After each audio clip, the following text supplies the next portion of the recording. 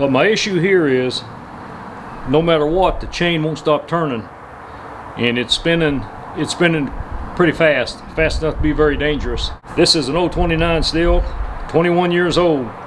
It's only been doing it the last 3 or 4 tankfuls of gas. I'm going to get into it, but I want to just show you how it's behaving. And the clutch return springs have never been replaced, so I'm curious to tear into it and at least see what it might be. The drum, I'm on about the 3rd drum and sprocket, and this sprocket's in good shape, but I'll show you what I'm talking about.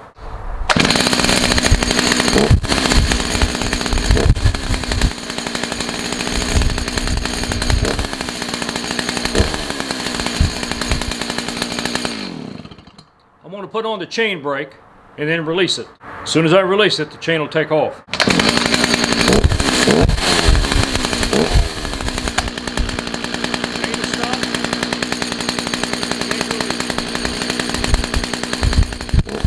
The chain actually did slow down more than it has, at least in the last few tanks of gas. Well, as you know, you got to start by removing these 2 nuts.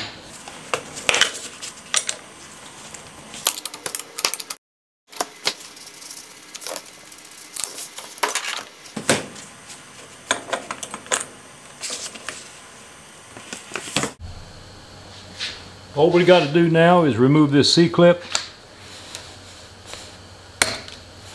Be careful so you don't lose it. You can check it for wear. I'm sure that's been replaced, but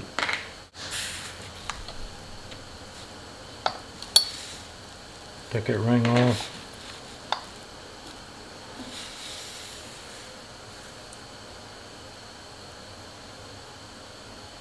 I think my sprocket is still good, but I don't see any broken springs. I don't know if the springs can get weak enough to let it engage, but they're not broke. I would have bet money that at least one spring was broke to let one of the shoes kick out enough to engage that drum, but that's not the case. All 3 of the shoes, they retract about the same. Put a screwdriver in here and put a little up tension. You can watch that guy come up. Watch this one here. He'll come up and he's coming down. You can see both springs that's hooked to him pulling him down.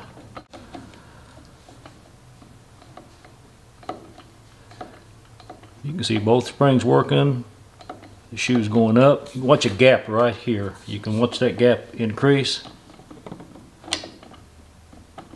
and then retract.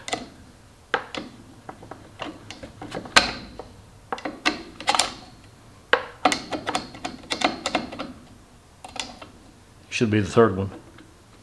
Watch that gap right there.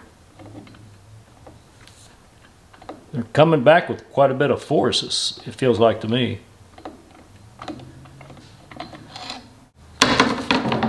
Maybe it's a little bit of dirt. It doesn't look dirty. It's interesting. I am going to clean it up, take it apart with some brake clean, and try it and see if it improves it.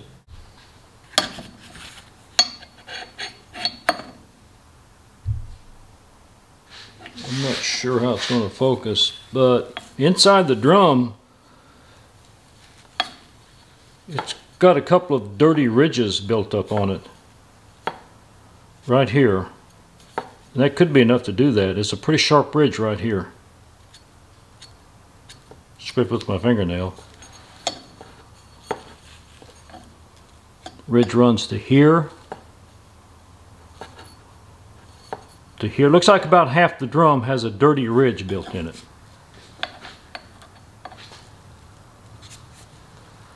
See if I can gather it up with a screwdriver if it'll show. It's on the inside too. That might be even more critical than the outside. You can see that crust I'm peeling off of it.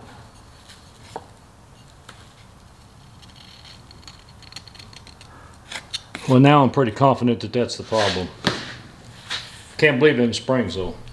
This is the 3rd drum, 3rd sprocket, original set of springs, 21 years old. And when I reassemble it, I'll put a little dab of grease on these roller bearings here. I think the guys online say you should do that if you have it apart, because you can run it a long time and not have the opportunity if you don't specifically take it apart to grease these rollers. Well, a little bit of brake clean and just an old blue shop towel. It cleans up real nice.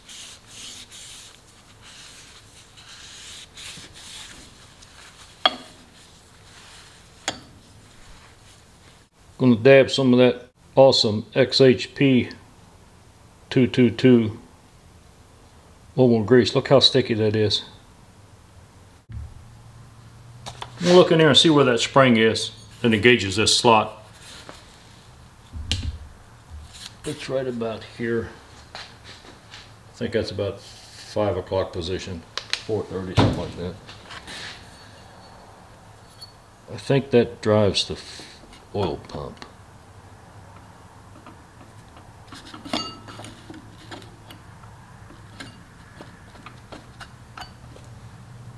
And it kind of feels like it might be tricky to know when you have it.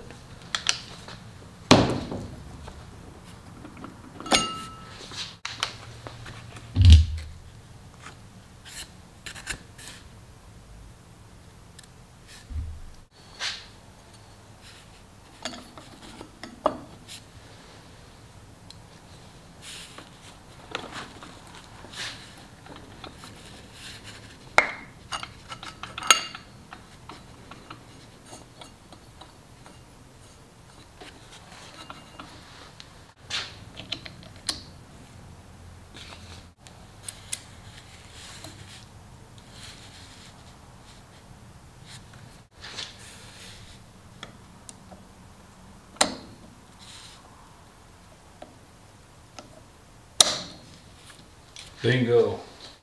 Well, the rest, I'm going ahead and shut it off. I won't show you putting it, you know how to put the bar and chain back on. I'll put that on.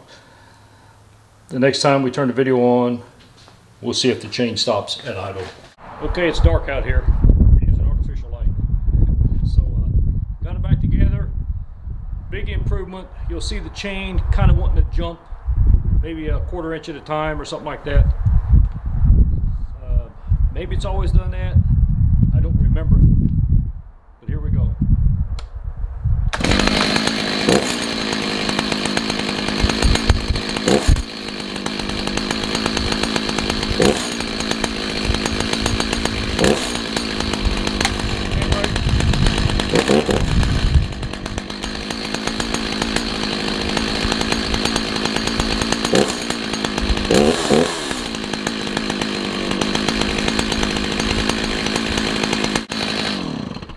You see the chain creeping forward.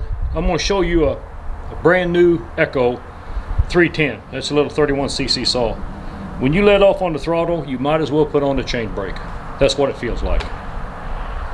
Anyway, this needed cleaning, or the sprocket and drum definitely need cleaning. That's my bad for letting it go that far.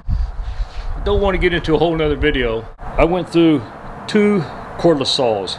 They were Ecos. They lasted 20 minutes, then they locked up. But Home Depot is really good. You have problems, you go back, you get your money back. I said, no, I want the cordless saw. So I tried the second one. I come home, it's a 1 hour's drive, one way to Home Depot. I get back home, it's the same thing. Charge the battery, I run about 20-25 minutes, and it just locks up. The motor's wanting to grunt. It's definitely some kind of electrical component failure. This is a 14-inch bar. This saw was 200 bucks at Home Depot. And it's you can cut a hell of a lot of wood on 1 tank of fuel. It's unbelievable. I want you to watch this chain. When I let off the throttle, you might as well put on the chain brake. It will not budge.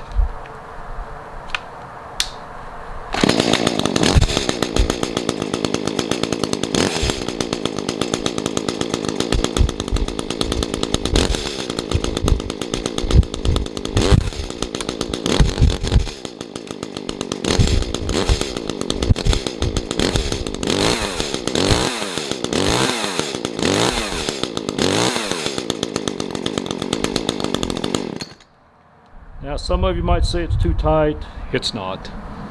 That's not too tight. Well, again, thanks for watching.